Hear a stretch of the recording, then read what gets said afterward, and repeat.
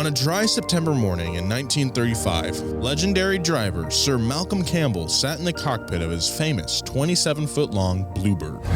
As black smoke poured out of the exhaust pipes of the Royal Blue Speed Wagon, Campbell gave a wave to the crowd that had gathered to see him drive one final time. Unable to hear their cheers over the deep rumble of the 36.7-liter V12 Rolls-Royce engine, he turned his attention to the 12 straight miles that sat in front of him.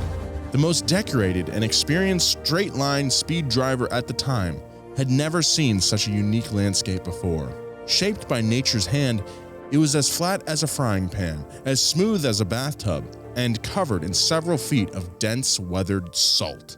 It was the perfect location for his retirement party.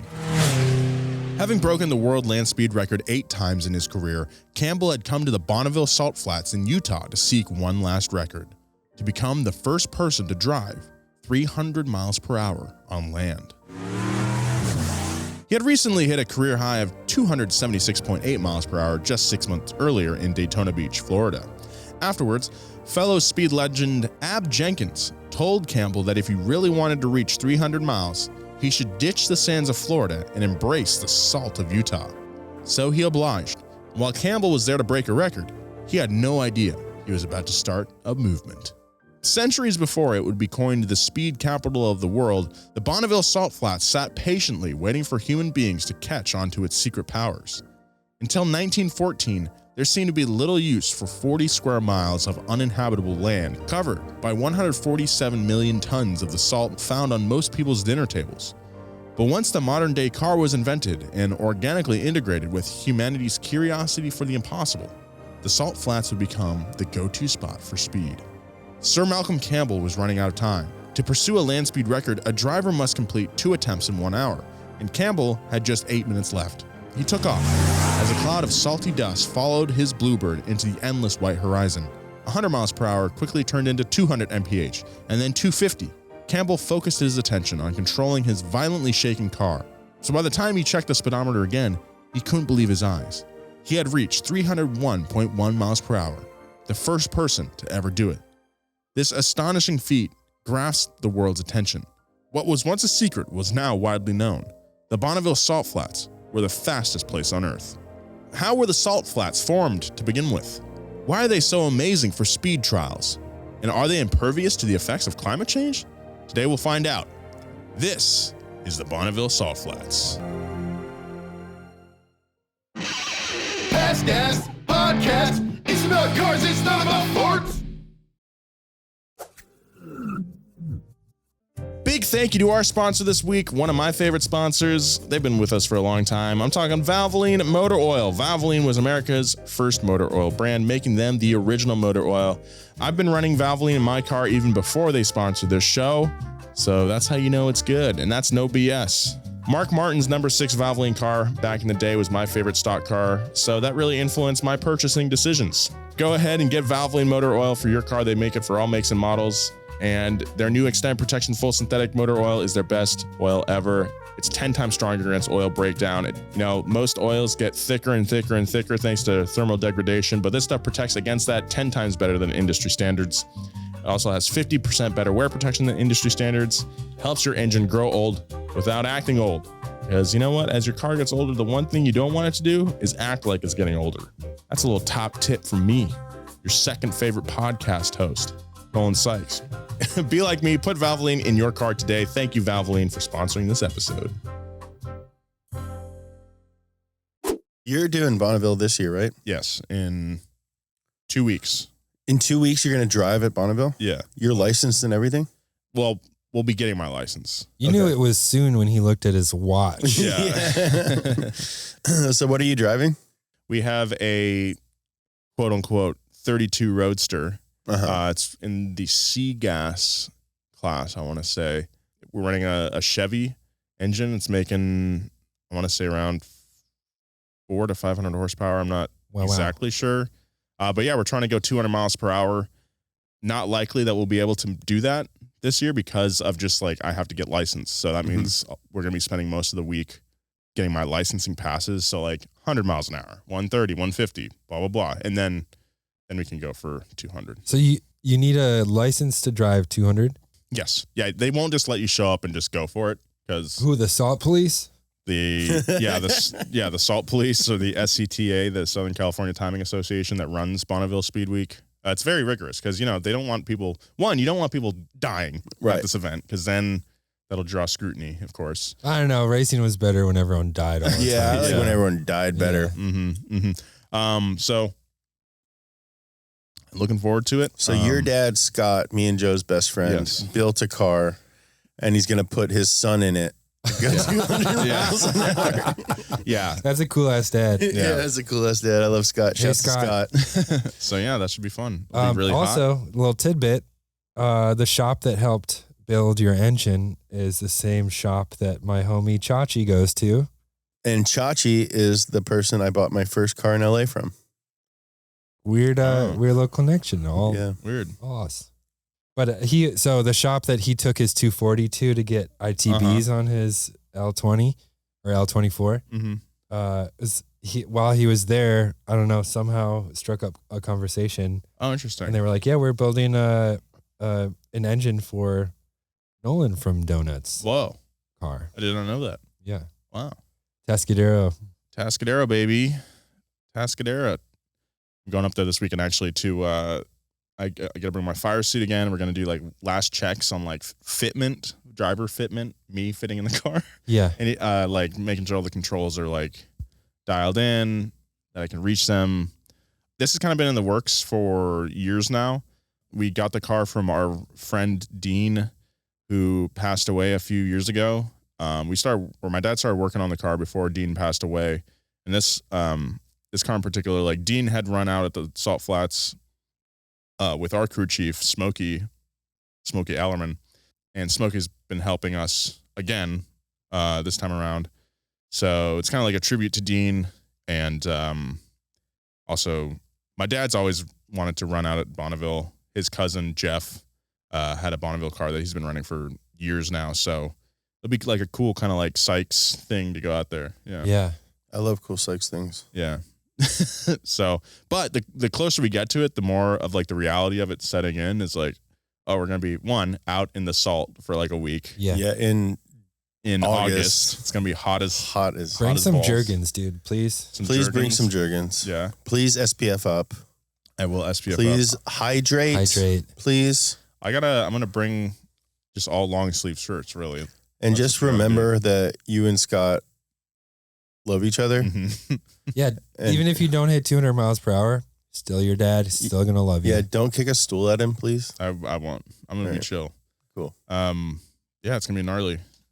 It's a live range out there, Yeah. It's very cool. Stuff can happen, Bonneville Salt Flats are one of the coolest things in motorsports. Yeah. I think. And I'm really excited to dig in today. Yes. My name is Nolan. I'm joined by my co-hosts, James Pumphrey. Give me back my son. And Joe Weber. Salt off of Slime's back. And this is PASTGAS. This week we're talking about Bonneville Salt Flats. Yeah, man, this is where all the speed records these days are set. There's some other places you can go really fast, like El Mirage. That's kind of the only one I know that's not Bonneville. But Bonneville, Where's El Mirage? That's in Southern California, like deep in the Mojave Desert.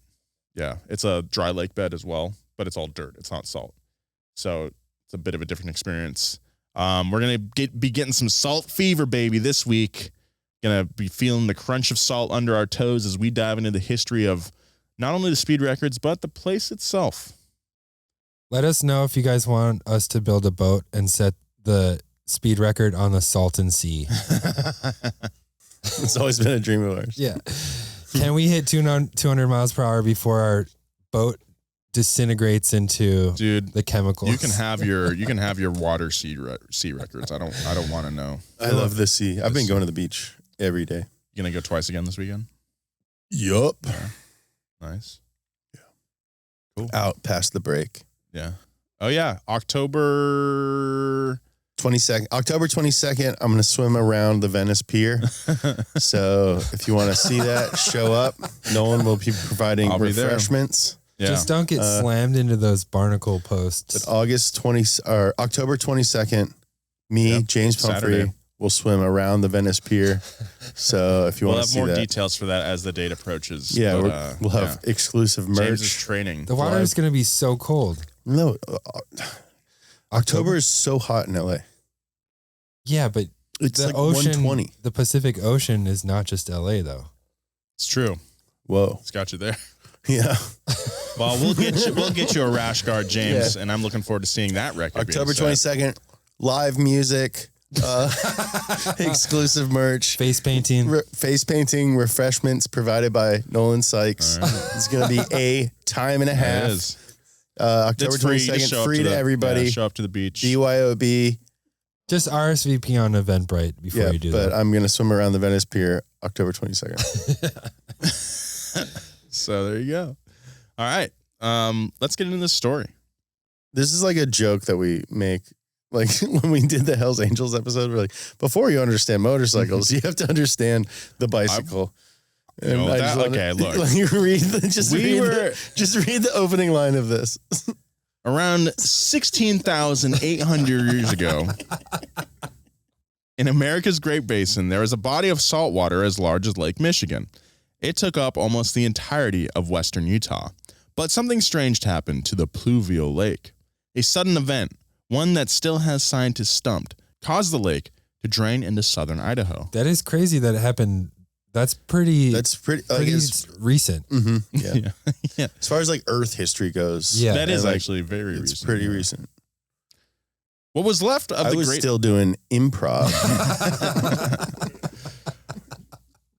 What was left was the Great Salt Lake in the east and 96,000 acres of hard-crusted potassium, magnesium, lithium, and sodium chloride, aka table salt, in the west. Over time, nature's steamroller, a mixture of water and wind, slowly shaped the surface into a perfectly flat layer of salt crystals. The geological miracle became remarkably diverse and rich with microenvironments. For example, there were desolate areas in the center where the thick salt made it impossible for plants and wildlife to thrive. But the outer edges had ponds and wet marshes with vast amounts of life. Through the course of human history... Salt life. I thought it was a mistake in the script. That's great. Through the course of human history, many different kinds of peoples had settled and explored near the area. There's evidence that indigenous peoples adapted to live close to the flats around 10,000 years ago. However, more recently, it was explored by a group of mountain men led by Jim Bridger in 1824 and again by Captain John C. Fremont in 1845. The following year, the Bonneville Salt Flats would have its first brush with fame. Captain? Is he just like making them drag a boat through this? You can be a land captain. You can be a land captain. Yeah, land captain. Was land captain like an army guy? That's what I'm going to name my son. Captain? Land Captain Pumphrey. Well, that's like Jason Lee Star, like named his son Star Captain or something like that. Oh, Pilot. Really? Oh, Star Pilot, yeah. Yeah. Yeah, I'm going to name my son Land. His middle name's going to be Captain. Land Captain. You can name him Landon. No, just Land. I'm going to live in Venice. Yeah. After following Fremont's path, a 23-year-old Lansford Hastings, another early explorer, came to the conclusion that the flats were a perfect shortcut to California. Later that year, the Hastings Cutoff, as it became known, would play a critical role in the infamous Donner Party tragedy. Despite having never been tested before, the Donner Party decided to take the newly discovered shortcut. To learn more about the Donner Party, last podcast on the left has a really great excellent episode on Very that. good. Shout out to Last Pod. Last Pod. They lost 4 wagons and oxen in the marshes on the outskirts of the flats. This set them back an entire month. That month-long delay would prove to be very deadly. By the time they arrived in the Sierra Nevada mountains, winter was beginning, and the rest is history. They ate Talk about each other. human bacon. They for all breakfast. ate, well, first they ate their shoes, and then they ate each other, and pretty gross. But Pretty bad. because they went through the salt flats, well seasoned. Yeah, imagine eating a shoe that's been walking through the salt flats. Yum. Yummy, yummy.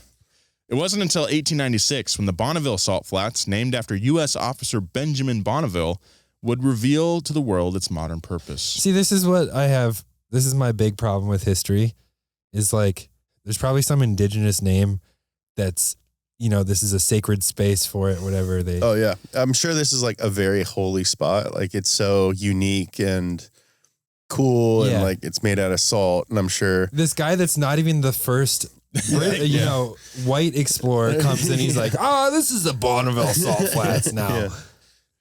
While scouting the area for a bicycle race from New York to San Francisco, this guy. cyclist William D. Rischel was astounded by how flat the land was. His bicycle skated along the smooth salt with such ease that he'd return later to drive a car on it. This guy's a stepdad. I don't even have to steer my penny farthing.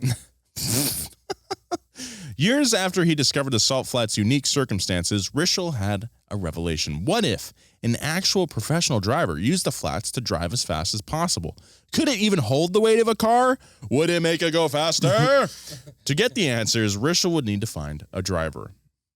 The ideal candidate would need to be somebody with an immense amount of courage. Unlike today, cars back then were dangerously unstable. Still in their infancy and without things like power steering or automatic brakes, these cars were predictably hard to control and hard to stop. I'm guessing that the Pontiac Bonneville was named after the flats. Probably. I mean, there's a lot of things like the Triumph Bonneville motorcycle named after this. Pontiac Bonneville, Bonnie and Clyde. No. that was a stretch. I'm not sure of the veracity of that, but a lot of things, yeah. Again, last podcast on the left, great Bonnie and Clyde series. Check it out. Apparently, they didn't fuck.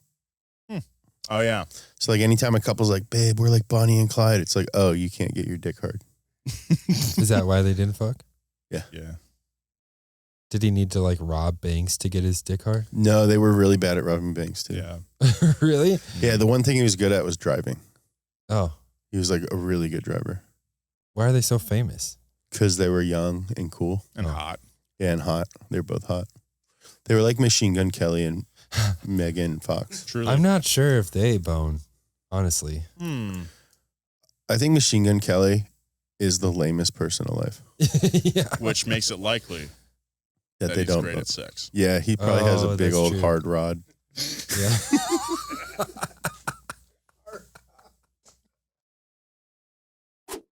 Big thank you to our sponsor this week, BetterHelp. How well would you take care of your car if you had to keep the same one your entire life? Well, that's how our brains work, so why don't we treat them the same way? How we care for our minds affects how we experience life, so it's important to invest some time and care into keeping them healthy. There are plenty of ways to support a healthy brain, like learning a new language or taking power naps. There's also BetterHelp online therapy. You know, if you feel like you need some help with mental health, BetterHelp is a great place to start. BetterHelp is online therapy that offers video, phone, and even live chat-only therapy sessions. So you don't have to see anyone on camera if you don't want to. It's much more affordable than in-person therapy, and you can be matched with a therapist in under 48 hours. I think this is a great option for anyone who needs therapy but doesn't really know where to start. This is super convenient. Our listeners get 10% off their first month at betterhelp.com/pastgas. That's BETTERHELP.com/pastgas. BetterHelp.com/pastgas. Thank you very much, BetterHelp, for sponsoring this episode.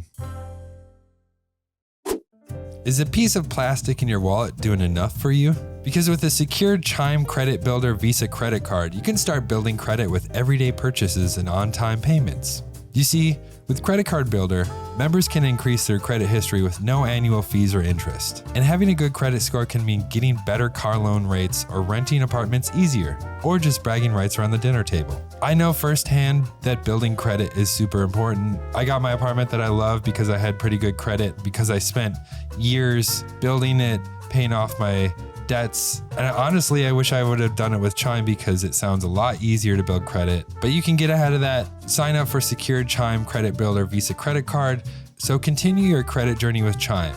Sign up takes only 2 minutes and doesn't affect your credit score. Get started at chime.com/gas. That's chime.com/gas. Thanks, Chime. The Chime Credit Builder Visa credit card is issued by Stride Bank NA, pursuant to a license from Visa USA. Chime checking account and $200 qualifying direct deposit required to apply for the secured Chime Credit Builder Visa credit card. Regular on-time payment history can have a positive impact on your credit score. Impact to score may vary, and some users' scores may not improve. In 1914, Rischel, who had become the sports editor for the Salt Lake Herald, organized a racing event at the flats. He reached out to one of the drivers he knew from articles he wrote on racing, one Teddy Tetzlaff, or Terrible Teddy. Ooh, I love that name. A nickname the driver earned for how hard he pushed the cars to their limits. Teddy, you're terrible when you drive. You push everything to the limits. This guy was easy to convince. Aside from being a race car driver who competed in the first few Indianapolis 500 events, he was also a professional daredevil. Terrible Teddy rarely turned down a risky adventure. While driving the Blitzen-Benz 2, a four-cylinder 21.7-liter cone-shaped car. What? Dude, it's like coffee can. But four cylinders. But like bigger. Like the pistons are Huge, yeah. So each one is like 5 and some like change. manhole covers. 5-liter cylinders. Damn. Whoa. That thing must have sounded really cool. Dude, that's like one Faygo and one Coke. Yeah. Terrible Teddy drove the car to hit an unofficial world record of 141.73 miles per hour. This speed is pedestrian by today's standards, but at the time, this would have been considered impossible. You know, that fast. I drove that fast on the way to work. Whoa, dude. Where? Sepulveda? Salt Flats. I had when you were reading the intro, they didn't have like radar guns back then. Mm-mm. So how? You got a time between the two distances. Time. Yeah. Okay. Math. You got to do math. A simple maths. They had Einstein there with his chalkboard. Yeah, like they didn't. dweeb. The reason that they started doing records is because Einstein was born. It's like they did horse stuff when Isaac Newton was alive, and then he died. Yeah. And then... Well, a horse is falling because he did the gravity thing. Yeah. They're like, how fast can a horse fall onto salt? And then he died, and they were like, well, we don't know what to do now. And then Einstein was born, and they were like, oh, cool, we should do this again. So what is it about the Bonneville Salt Flats that make it so fruitful for speed? Well, to start, they're one of the flattest places on Earth. Mm-hmm. So flat, in fact, that one can actually see the curvature of the Earth. Whoa. If the goal is speed, then it's advantageous to not fight against gravity. The salt flats are also insanely smooth. There are a few divots, bumps, or holes that could spell doom for a driver. The flats are 12 miles long, which give a vehicle plenty of room to accelerate to peak speeds, as well as enough time and space to eventually stop, which is very important. And if there's one fault in the flats, it's stopping.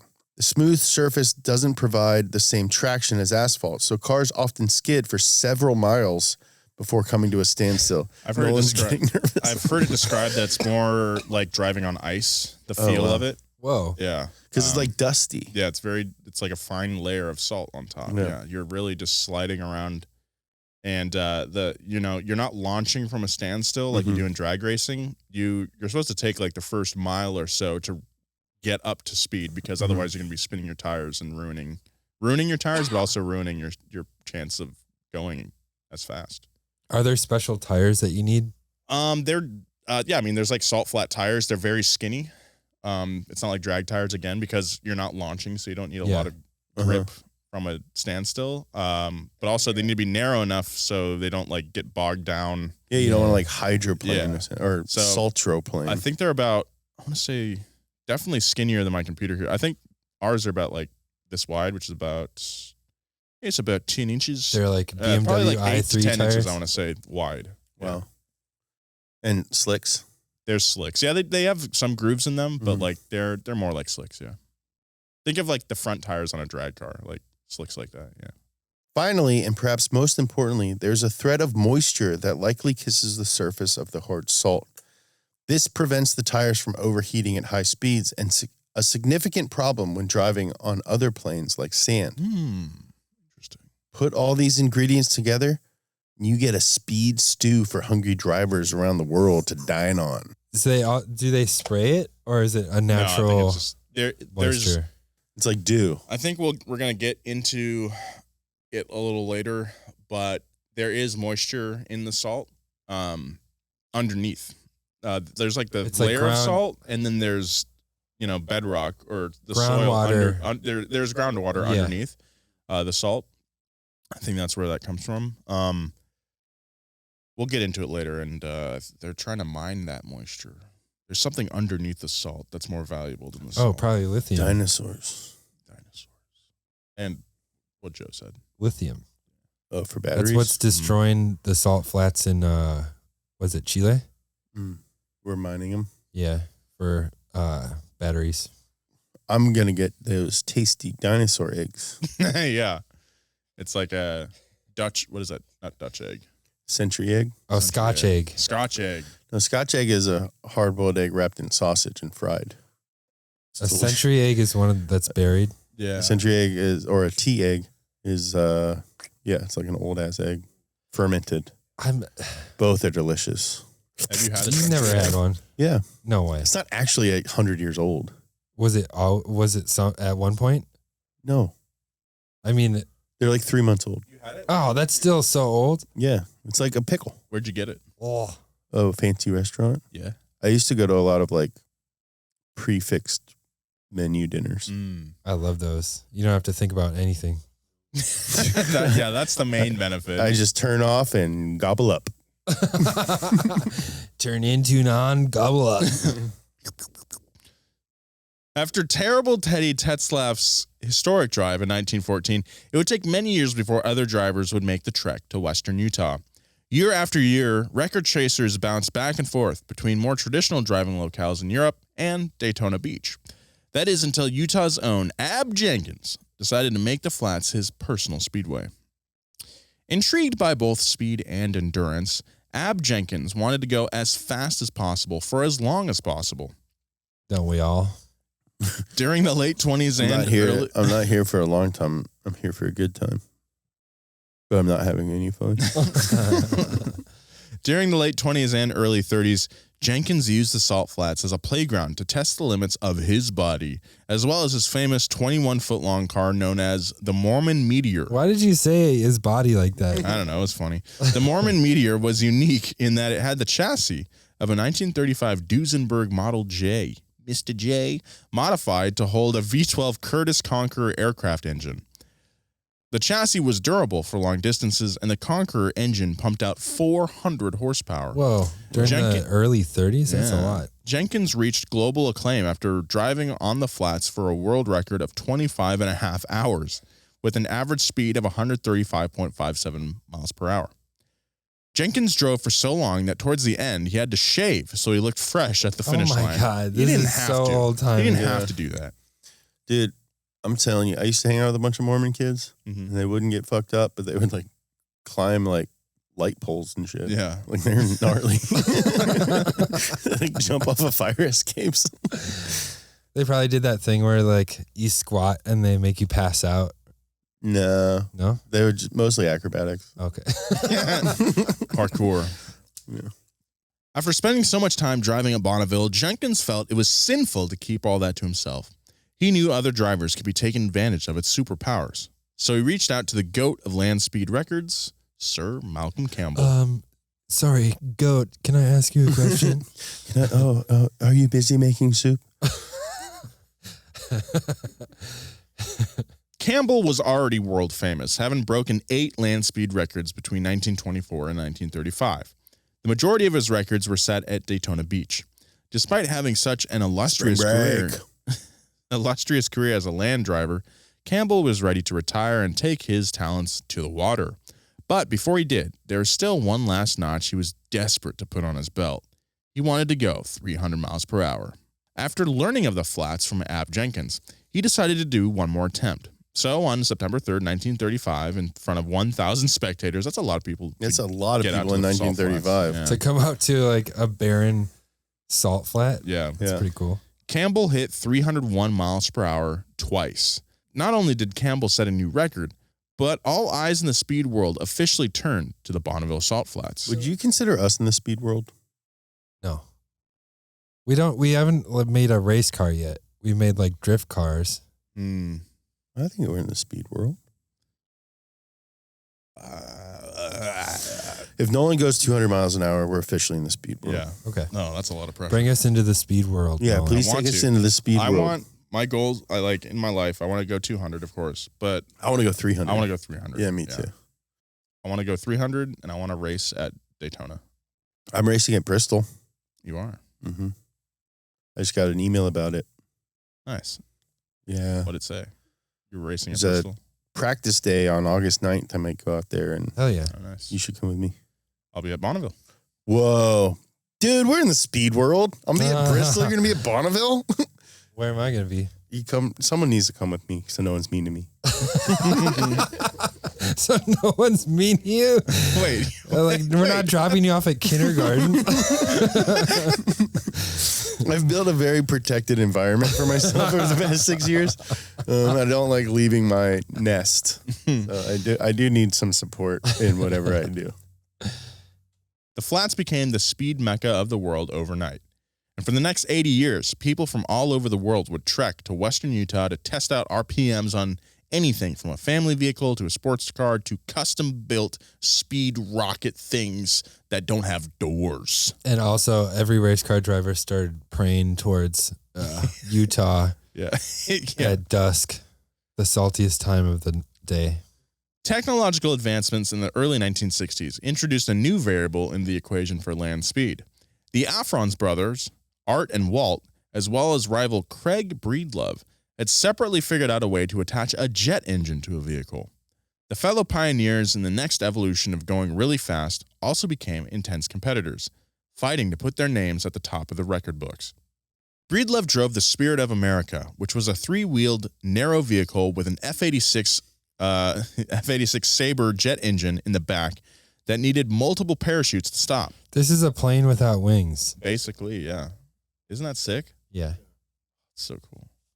Art Afrons used a top-secret jet engine made by General Motors for the F-104 fighter to power his famously unsightly-looking green monster car.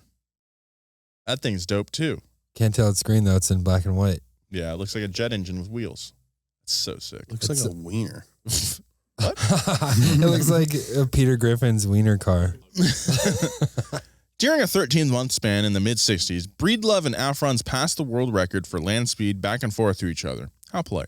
Their powerful jet engines were regularly hitting over 500 miles per hour. Oh, God. In the 60s? And as much as fun that might sound in theory, it was also an emotionally grueling process and probably It very doesn't terrifying. sound fun at all. Yeah. I bet they were so mean to their wives. Aside from the potential danger of crashing or having a jet engine explode while sitting on top of it, the setting of the salt flats themselves often felt unnerving. Afrons once explained, You feel all alone when you're on the salt. You look down at that emptiness and it's just eerie as hell. It makes me uneasy. He sounds like Orville Peck a little bit. Yeah, that's an audio recording from back in the day. I'm ready to look into the void out on the salt. Dude, I'm so stoked for you. Yeah. I'm going to go to, while you're at the salt, I'm going to be at Bristol. Yeah. And I got a target on my back. I think someone's going to put me in the wall. Better fight back, James. Yeah, I I better. almost called you Jeff for some reason. No, that's my race car driver name. Yeah. Jeff. Race car Jeff. Jeff Pumphrey. El Jefe. Jeff Race Car Pumphrey. Jeff F. Pumphrey. James, you got to fight out there, dude. 3 F's in Don't a take row. shit from anybody, dude. Yeah, listener, I'm racing on August 4th at Bristol. No, September 4th. September 4th at Bristol in the Bristol 1000 with Cletus McFarland and a bunch of other YouTubers. Some Crown Vics. In some Crown Vics. My number is going to be 7 million. And I think that I'm going to die. No, don't say that. Yeah, I'm going to Earnhardt. Don't put that out. You No. guys are going to be going 60 miles per hour. I'm going to Amelia Earnhardt. Yeah, he just drove off and no one ever saw him again. Yeah, this is your chance to take a very long vacation. Yeah, I can't wait. When the rivalry finally fizzled out at the end of 1965, it was Breedlove who would end up the winner. Not only did he have 5 land speed records to Afron's 3, but on November 15th, 1965, he would be the first ever to hit the coveted milestone of 600 miles per hour. Okay. For comparison, today's most popular passenger jet, the 737, has a maximum speed of 544. Yeah, but that's a big honker. Yeah, but it also flies. Yeah, it's not on the ground. Yeah, I'm saying there's other planes that go over 600 miles per hour. Well, let's not get caught up in the details here. They don't go on the ground either. Can you imagine going 600 miles per hour with like... That's insane. Yeah, that's true. Breedlove's legacy stands strong as the first person on Earth to travel both 500 and 600 miles per hour on land. Wow. Jeez. That's so fast. That's like, so fast, dude. That's so fast. It's like whoosh, whoosh, whoosh, whoosh. You know? Yeah, it's like... Yeah.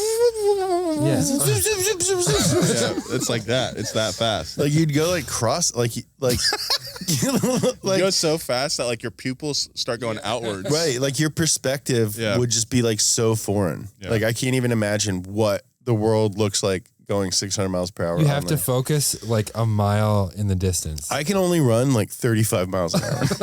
Yeah, to put that in perspective. That's like faster than Tyreek Hill. Yeah, I'm faster than him. Shortly thereafter, in 1970, Gary Gablick would shatter Breedlove's record at the flats. He reached a screaming 630.388 miles per hour, setting a new world record that would hold for almost 13 years.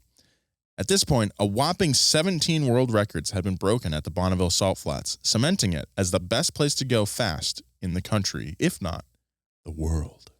I think Daytona would be so much scarier. Because it's sand. That is wild. Yeah. Big thank you to our sponsor this week, Valvoline Motor Oil. Did you know they don't just make motor oil? That's right, they also make gear oil. Valvoline is the #1 gear oil brand, and you should put it in your car. I just put it in my car. You've probably heard me say that before. That's because I just did an axle seal replacement job on my ride. Valvoline's new Flex Fill packaging makes filling gear oil easier than ever. It's like a giant Capri Sun filled with gear oil, fits in every nook and cranny on your car. I used it in my car, and I was amazed at how easy it was to do. Back when we were doing high-low and had to put some gear oil in the Nissans, it was kind of a pain in the butt because we had to use all these pumps and everything. With this FlexFill packaging, though, it pretty much goes anywhere and makes it so easy. And also, the fluid evacuates the packaging super quickly, too. I thought I was going to have to be there for like 5 minutes filling it up. It took like, no joke, like 30 seconds to squeeze that bag into my rear axle. So pretty sweet. Valvoline FlexFill, get yours today. Thank you, Valvoline, for sponsoring this episode. The Bonneville Salt Flats, which have been beloved by speedsters and tourists for decades, are rapidly changing. To be more specific, it's withering away.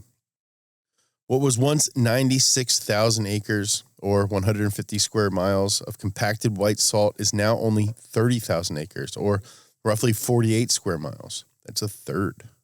In 1960, the famous speedway was multiple feet deep.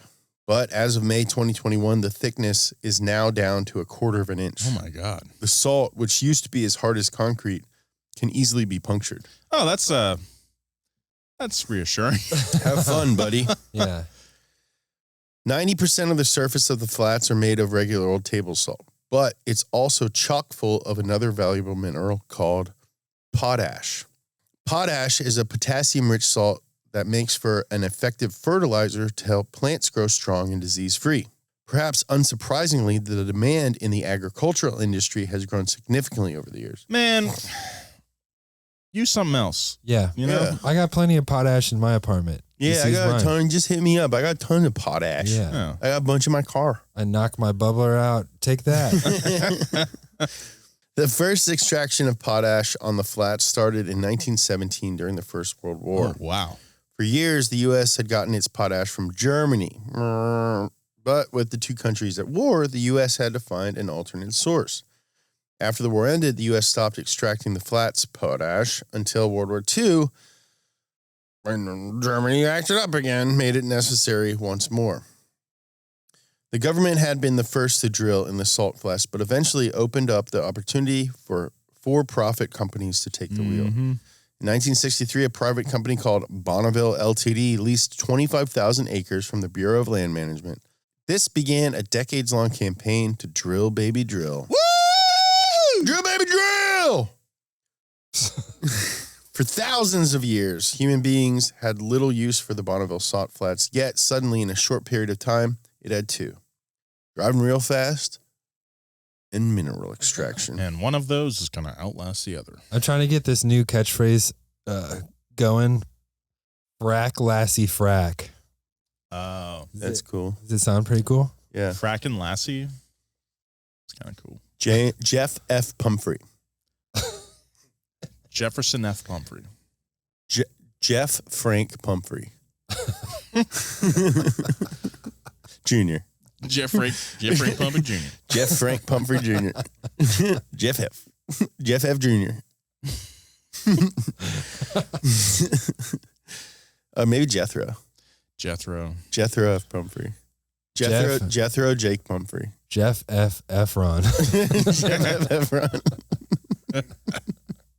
Over the course of the next 50 years, 5 different companies would stake claims on various parts of the flats. The profits from mining the potash would come pouring in, exceeding $106 million in 2020 alone. Shoot. I made more than that.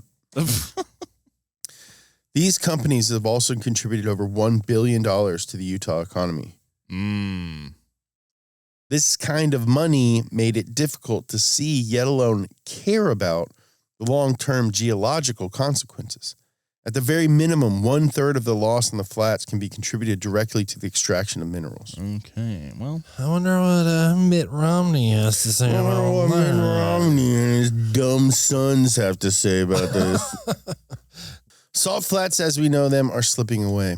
The high demand of the shrinking flats have become an unsustainable contradiction. While the companies make millions of dollars, the rest of the world watches on as one of the greatest natural wonders and the speed capital of the world become more unrecognizable each year. Yeah, man. But it's not just the speed community that is set to lose something valuable. With thick salt no longer covering the dirt below it, the Bonneville Basin has become the biggest source for dust in the region. When winds pick up the dust, this lowers the quality of breathable air. Moreover, the widespread dust also contributes to quick snow melt in the Wasatch Mountains, which is the main source of water for 2 million people.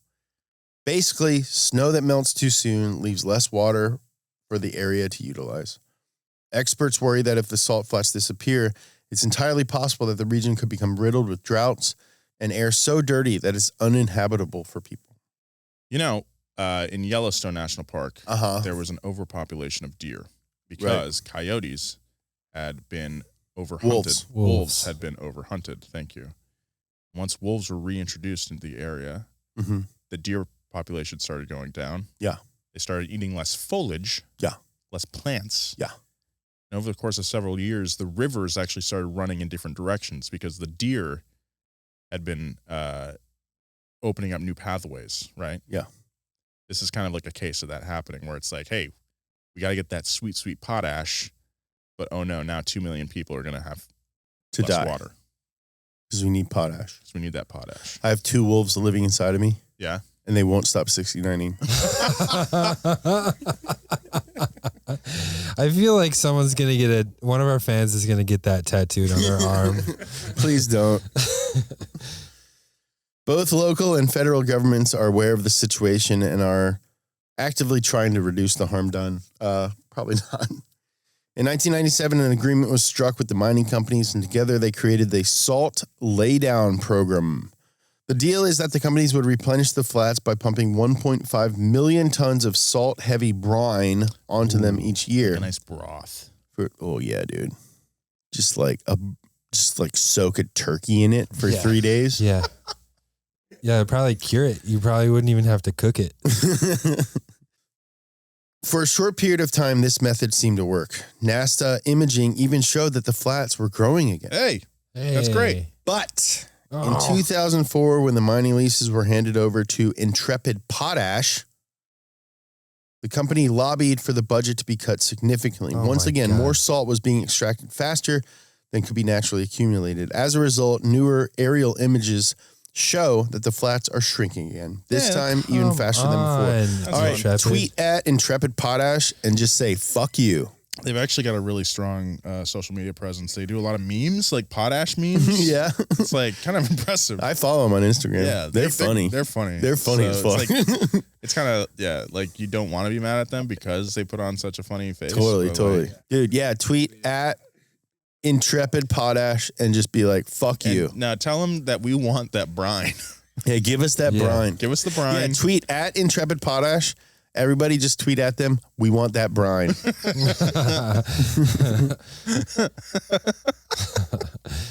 However, the issue of the shrinking flats is finally being treated with the urgency it deserves. The Utah Geological Survey, Intrepid Potash, and the University of Utah, and the land speed community, which includes the heads of both the car and motorcycle racing associations, have joined forces to study the problem together. Calling themselves the Save the Salt Foundation, the group is working to raise awareness, money, and ostensibly a whole lot of salt. What do you mean raise awareness? And we know what the problem is. They're sucking too much potash out. Yeah. Quit sucking all the potash out. Give us the brine. Intrepid. Give us that brine, Intrepid. You bitch. Robert P. Jornavaz, the CEO of Intrepid Potash, Bob Jornavaz, fuck you. Give us that brine. Give us that brine. Give us that brine, Bob. Give us the brine. Give us the brine, Bob. The goal of this whole endeavor is simple, to return the salt to the salt flats. However, it's easier said than done. Mother Nature created the Bonneville Salt Flats over thousands of years. There's not a lot of evidence to support the idea that laying down salt will ultimately work. And even if it does work, it'll take many years to get back to its previous state. Well, yeah, things don't happen overnight. Tens of millions of tons of salt have been extracted from the area, and the most they could possibly replace is 1.5 million tons a year. So let's do it. The only way to realistically make that happen is to completely halt all mining extraction from the region. But with Intrepid Potash racking up record profits, it's difficult to imagine that happening anytime in the near future. Give us the brine, Bob. I really love this format of Nolan giving one-word reactions to every single sentence he reads. I'm mad at the situation. Yeah, this is frustrating, especially for someone who's going to be putting his life on the line. Yeah, Robert Got my life P. on the line. Jornovitz. As far as the speed records go, there's still plenty of racing happening on the salt flats today. In fact, with so many different classes and categories of land speed, records are being broken each year. But that's not the only reason the racers come. Both professional and amateur drivers also truck out each year to support the important cause. They congregate to share in their deep affection for the unique area and brainstorm ways of saving it. At the end of every season, when they've gotten their fill of the thrill, everyone heads back home to their corner of the planet to hope that when they return the following year, the flats will still be there. Human beings are creatures of context and masters of manipulating it for their needs. The Bonneville Salt Flats are a perfect example of this. Whoa. A beautiful gift delivered from nature that just so happened to have perfect conditions for driving really fast. Yet humans are also creatures of exploitation and, frankly, have yet to collectively grasp moderation and balance. The Bonneville Salt Flats are sadly a perfect example of this as well. The salt flats have consistently been an important and self-sustaining ecosystem in western Utah for over 15,000 years. It can't be ignored that in the last 100 years, less than 1% of its existence, the flats have changed faster than at any other time in its history. It couldn't be more clear that the culprit of the changes are human activity and interference. This situation feels like a microcosm of the much larger climate change issue. Opportunistic human beings have drained a vital part of the world for short-term material gains without worry of the long-term effects it will have. And time is running out. Just like with climate change, it isn't fully known yet if the damage to the salt flats can be reversed. It's far more likely that over the next 10 years, conditions will deteriorate to the point where racing on the flats is no longer possible. And even worse, the degradation of the area could force up to 2 million people to migrate away from the area altogether. But while the ultimate effects of human intervention on the global environment won't be fully felt for years, small parts of our world that we've lived in harmony with will continue to be taken away from us. One Bonneville Salt Flats at a time. Fuck, dude. Wow. Yeah, dude. The Earth is a system, and if you mess with things inside of that system, it goes out of balance. Give us the brine. Give us the brine. We want the brine. Give us that sweet, sweet brine. Give us the brine, Bob. Well, that was a intriguing look inside that. I can't wait, dude. I'm like stoked. Yeah. Yeah. I have this picture of it in my head, and it's probably like completely different than what I think. I mean, look it up. It's I've seen pictures of it. I just like, it looks massive. Yeah. So like hearing that it's 1/3 of the size it was 100 years ago. Still feels like it, there's probably like 6 miles. Can you imagine like being one of the first like humans to ever see it and just being like, come upon it and be like, what the fuck? Yeah. Well, to combat this, I'm going to try to make as much pot ash on my own as I can. I don't think you know what that is. No, it's the stuff that's in my bubbler. Go off, King. All right, we got some fan mail. This is from a PASTGAS listener named Joey Plitzner. Joey Plitz. What's up, boy? Brookfield, What's up, King? What's up, boy? What's up? Brookfield represent. What is up, PASTGAS crew? My name is Joey Plitzner. Pronounce Plitzner from Brookfield, Wisconsin. First, I want to say how good of a job you guys are doing. And I love this show so much. I got my mom hooked on it too. Shout out to Joe's mom. Young gravy style. I just graduated from college with a degree in mechanical engineering and manufacturing engineering. Very nice. We've got a real Jeremiah Burton on our hands. I